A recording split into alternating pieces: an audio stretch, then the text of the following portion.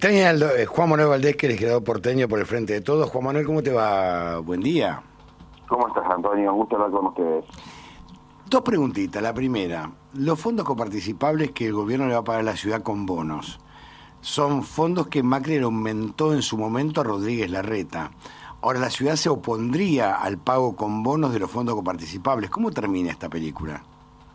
Bueno, es difícil saber cómo termina en un país donde la Corte se ha convertido, no te diría en un poder por encima de los otros, sino directamente en un poder de facto, porque no interviene de una manera absolutamente descarada a favor de intereses políticos y partidarios, y viola hasta su propia jurisprudencia. Entonces es muy difícil poder predecir lo que va a venir cuando no estamos en un Estado de Derecho convencional.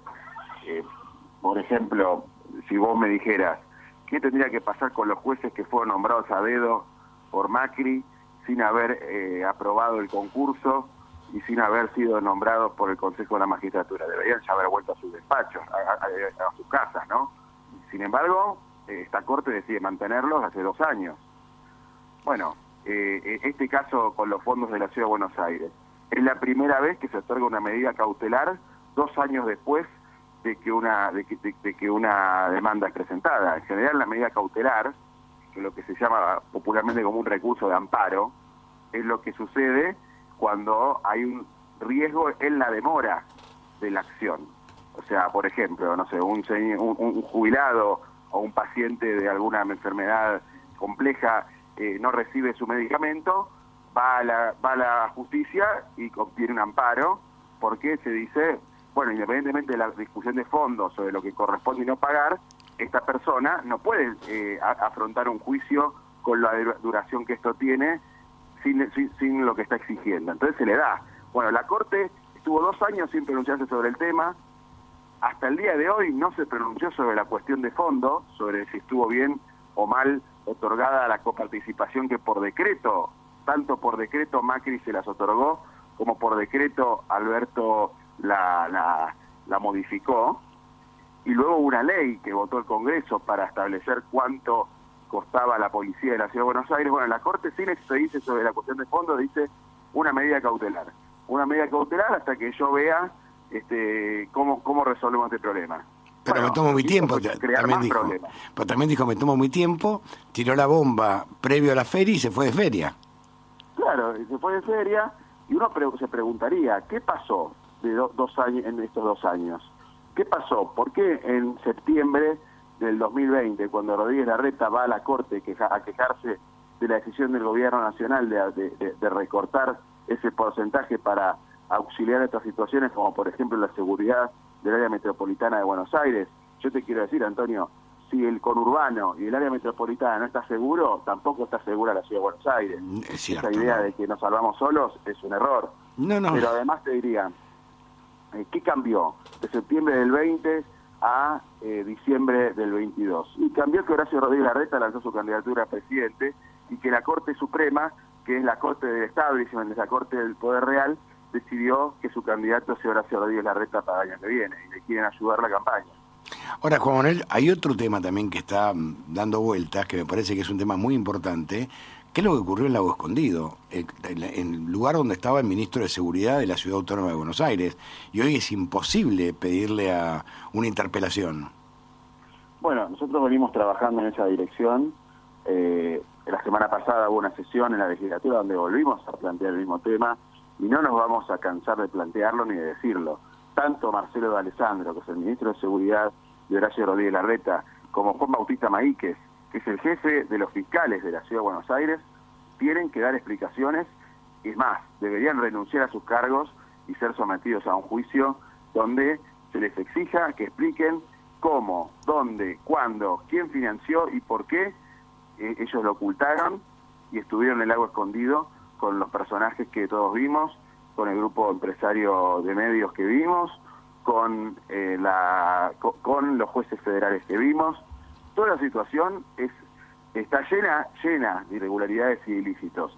Es irregular que se hayan dejado pagar los pasajes en un vuelo privado por un grupo económico, porque no lo declararon, porque la Ciudad de Buenos Aires nunca tuvo una constancia de quién lo pagó. Es irregular que el contenido de esas conversaciones, porque pensemos esto, el jefe de los fiscales de la Ciudad de Buenos Aires llamando a la fiscal de Bariloche para pedirle que cierre la investigación. Para apretarla. Para apretarla, para pedirle que se saque de la denuncia de encima. Y el ministro de Seguridad de la ciudad amenazando con meter preso y torturar a los funcionarios nacionales que hayan filtrado la información. Es muy grave lo que se vivió. No, lo que pasa es que es todo tan grave, es un nivel de gravedad, porque como mínimo está el delito de dádiva, como mínimo. Como mínimo. Para arrancar. Sí. Bueno, de hecho la fiscal de Bariloche lo ha situado con la calificación más alta, que es el cohecho, sí, que es más grave que la dádiva. Mucho más grave. Lo que vulgarmente conocemos como coima. Un cohecho es yo recibo plata para hacer otra cosa. Y la verdad es que hay muchos funcionarios que allí han hecho negocios con el Grupo Clarín, o le han permitido negocios al Grupo Clarín en sus áreas. El Ministerio de Seguridad, la Ciudad de Buenos Aires, vos sabés que, por ejemplo, desde el estudio de Canal 13, es una concesión que el gobierno de la ciudad le otorgó al Grupo Clarín. O sea, está prohibido por ley de la Ciudad de Buenos Aires recibir obsequios por parte de concesionarios públicos. Y esto claramente no se ha respetado. Además, te agrego otra cosa, es muy grave que no sean capaces ni siquiera de venir a la legislatura a dar explicaciones. Yo te doy 2 ejemplos, Antonio, de gente que está en las antípodas y está en el espacio político de ellos, no en el nuestro. Mauricio Macri, cuando fue denunciado por las escuchas ilegales de Ciro James y Delfino Palacio, le instruyó a sus propios legisladores que se le iniciara juicio político. Y él mismo se sometió a ese juicio político porque tenía confianza en que iba a ganarlo con las mayorías legislativas que tenía. Mayoría que también tiene este oficialismo. Pero por lo menos brindó explicaciones. Y en segundo lugar, Guillermo Montenegro, actual intendente de Mar del Plata, cuando fue ministro de Seguridad de la ciudad, hubo una represión en el Hospital Borda, me acuerdo, que recordar que fue sí, de una violencia inusitada. Sí. Y él mismo vino voluntariamente a la legislatura a brindar las explicaciones del caso. Entonces, diría que Rodríguez Larreta y sus funcionarios son mucho peores, mucho más impunes, mucho más mafiosos que lo que ya hemos visto en el gobierno de Macri. Pero a mí lo que me llama la atención es que en la acusación fiscal, la fiscal dice que le parece muy extraño que si el viaje ocurrió en determinada fecha y las facturas son posteriores. O sea que le pidieron que trucharan las facturas.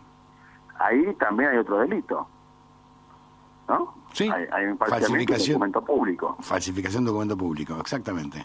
O sea, hablamos de una cantidad de delitos.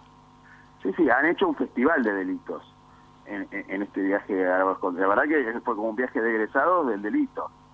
No, y aparte, muy sueltos de cuerpo, hablan del Molle Tour, por el sobrino de Manieto, y al mismo tiempo ellos decían que no nos saquemos fotos, pero están grabados en el aeropuerto del sur cuando están todos juntos.